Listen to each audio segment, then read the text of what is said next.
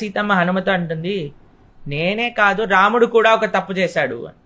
హనుమాన్ అంటాడు, రాముడు తప్పు చేయటమ్మా, మా స్వామి ఎప్పుడు తప్పు చేయడు. ఏం తప్పు చేశాడమ్మా మా స్వామి అంటే, ఇప్పుడు చూడనానా, నేను అడిగాను నాకు ఆ బంగారు జింక కావాలి అని, కానీ మీ వాడు కూడా ఏమీ నాకు అది మంచిది కాదు అని నచ్చ చెప్పకుండా నేను అడిగింది తేవడానికి వెళ్ళిపోయాడు కదా. అవును, తప్పు కదా, నాకు చెప్పాలి కదా, నువ్వు మంచి కోరిక అడగట్లేదు అని చెప్పాలి కదా, చెప్పకుండా ఆయన వెళ్ళిపోయాడు అని.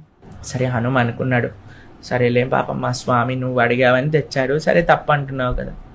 తర్వాత సీతమ్మ అంటుంది, నువ్వు కూడా ఒక తప్పు చేస్తావు అంటే, హనుమ అరే నన్నెందుకు లాగుతున్నారు వీళ్ళిద్దరూ, ఈవిడేమో ఆయన అడిగిందట, ఆయనేమో చెప్పకుండా వెళ్ళిపోయాడట, నేనేం తప్పు చేశానంటే, ఒకళ్ళ తప్పు గురించి చెప్తుంటే బుద్ధిగా కూర్చొని వింటున్నావు కదా, అది నువ్వు చేసే తప్పు అన్నదట సీతమ్మ.